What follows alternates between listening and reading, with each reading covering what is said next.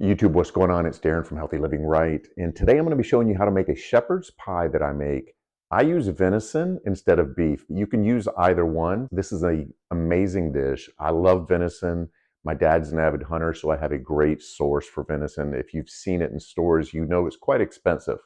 It has an amazing nutritional profile, 5 times the amount of omega-3s that even grass-fed beef has. Extremely low in fat, but it's just an amazing flavor. And obviously it's going to be completely grass-fed. It's an amazing ruminant animal, just like the cattle. As the topper to this dish, I'm going to be using cauliflower mash instead of potatoes. This is going to be cutting down the starch, cutting down the carbohydrates with a nice topping of grass-fed cheese from Kerrygold. This is an amazing dish, sure to keep you satiated. I make a large portion so it lasts me for the week. So it's my version of meal prepping for myself, just to make my weekdays easier. So stick along and let's go do this. Okay guys, as I mentioned, I'm going to be using ground venison. I have 3 pounds here. This is a very simple rustic dish. I have sweet peas, carrot, onion, and then I'm using coconut aminos and a tomato sauce from Rouse. This is going to be how I keep it super clean, soy-free. It creates my own little Worcestershire sauce.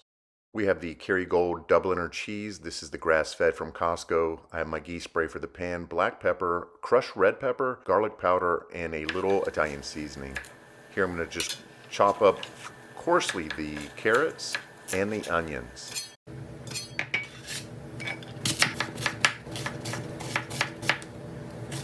So grate your cheese. I usually have about 3 cups of cheese here. Add your beef or your venison to the skillet and brown this just a little bit. Remember, venison can overcook very quickly. I add my seasonings. I don't have specific measurements. I just like to eyeball it. And I like to add my vegetables in after the meat. I don't want them to reduce too much. I like to keep a little crunch to them. And they actually will add a nice flavor this way. I'm going to let this cook and reduce down with the lid on to trap the heat for just a few minutes. And again, I eyeball this probably about 10 minutes. Now I'm adding the Rouse marinara sauce, and I use this instead of a tomato paste because I don't use chicken broth or beef broth in this dish. So this is going to give it the thinness. I don't want a ton of water and a ton of fluids in this. It'll already have that from the vegetables and from the meat reduction, as you'll see. Here I'm using coconut aminos. This is an alternative to soy sauce. It still gives you that umami flavoring, except you're not getting soy, and it has a little bit of saltiness to it, so just be a little careful with it, but it's a fermented sap of a coconut. Now while the meat is reducing down, I'm going to create my cauliflower mash using the riced cauliflower from Costco that I always talk about. Using it in this little tiny food processor. This thing is amazing, and this little bag will create an amazing topping. I have a couple little tricks that I like to use. I like to use, of course, the grass-fed butter, but I also like to use Greek yogurt in this. It gives it more protein, and it gives it a nice tangy, creamy texture without adding any bad alternatives to it. So just put your lid on, and make sure you get that real thick, creamy consistency. The riced cauliflower will mix up so perfectly well. And this blows away the time saving of not having to boil cauliflower, chop cauliflower, and mash cauliflower. This is a simple trick to making life easy during the week. Here it's almost ready, so now I'm going to top in some of my grass-fed cheese into the cauliflower mash. I'm not using it all, probably half a cup or so. Going to mix this up a little more liberally. I've added also in some Redmond's real salt.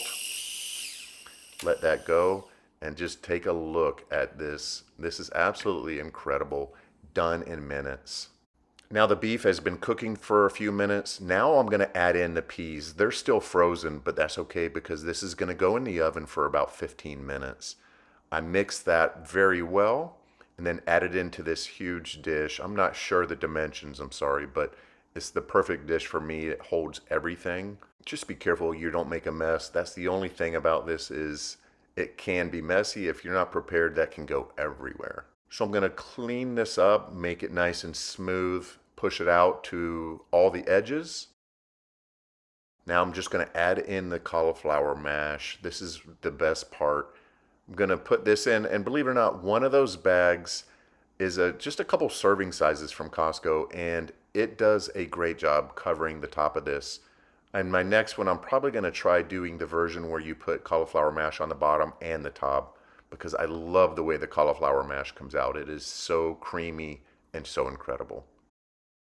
So again, you're just gonna push that out to the edges, make sure everything is covered, and just make sure that you have a nice topping to your liking.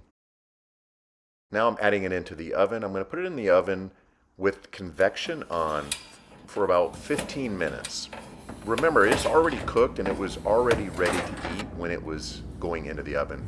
Now I'm going to add the remaining cheese to the top, and I'm going to put this back in the oven, and I'm going to put it on broil for about 10 minutes and let this cheese melt and become bubbly goodiness.